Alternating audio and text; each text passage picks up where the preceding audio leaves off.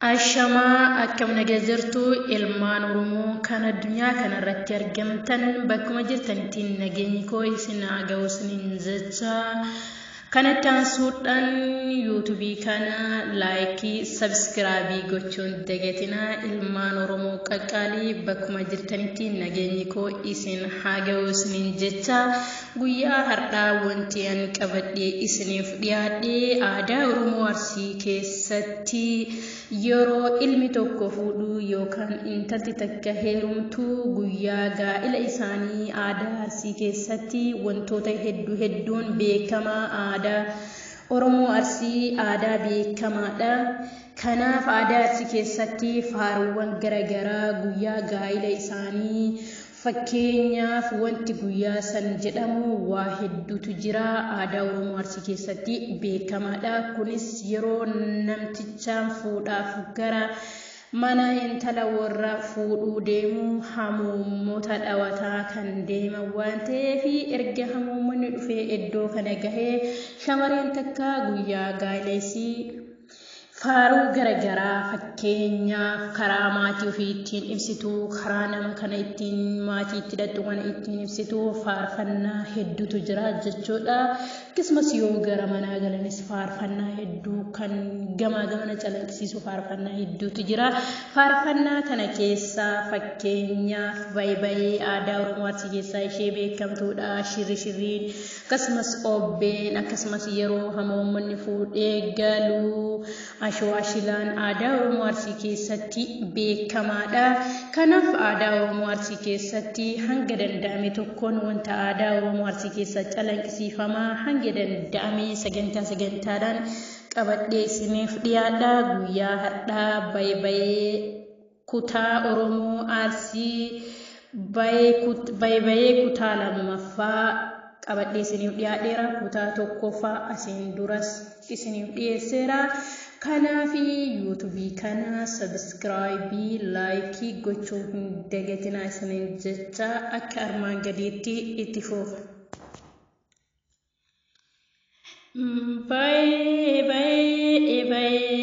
Baayee gogaa kormaa goggogaa abillayaa adhiisanii baasaa qanii hoohooyi yennaa dura qomadhiisi qorara ambaqaa qanii minishirii dhayaa qawwee gosaabbii itaambaa haadini hawe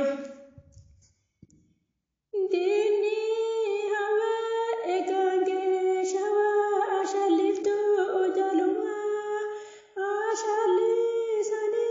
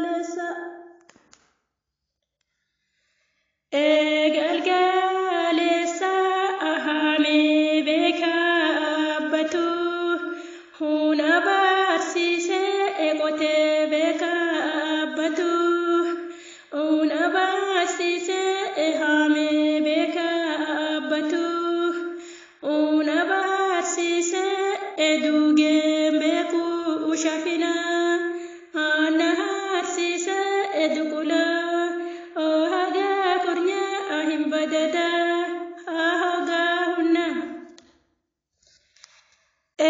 haga hunna alaga gudda awabiya awambue bause elaga gudda aleshiya awambue bause egosaba hakiya kesa asabonuma hage abi iwanoro otause ekahoro otau rabbi anarra harara sarbi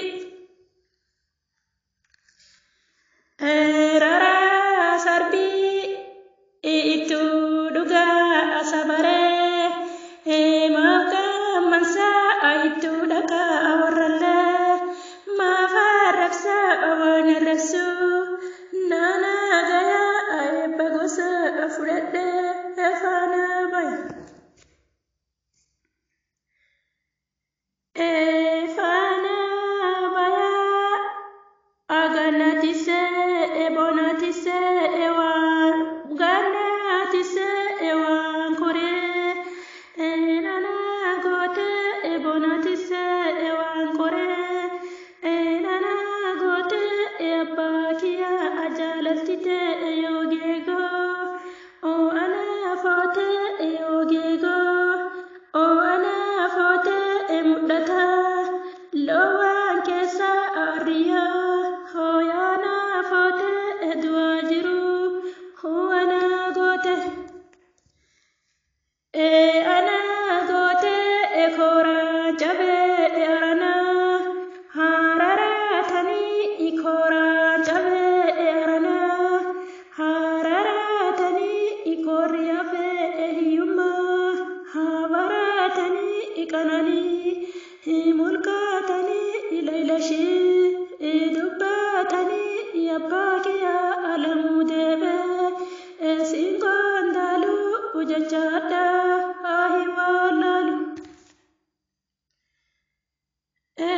hiwalalu ulagache tarura halaga marse hingudane hifurdane wajatu hunati sarbe kawaja hanati sarbe ekiyaba amamare ana darbe jangala qalbi tiya anonohi rabbiki rabbiki ya asamuka akunille dabatala asadira anille dan felala adira lala adagatani yanatala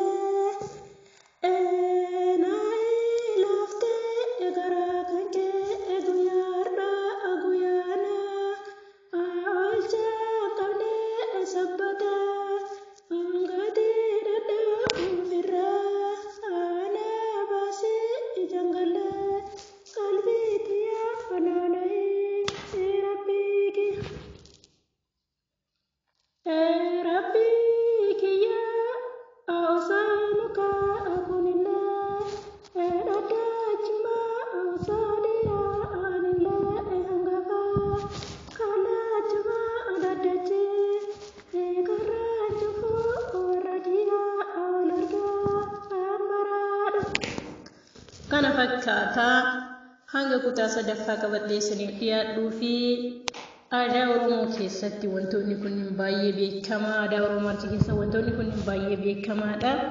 hanga dhumaa dhageeffachuun hin dagatinaa YouTube kana subscribe gochuun dagatinaa sagantaa sadaffaa qabadhee isiniif dhiyaadha.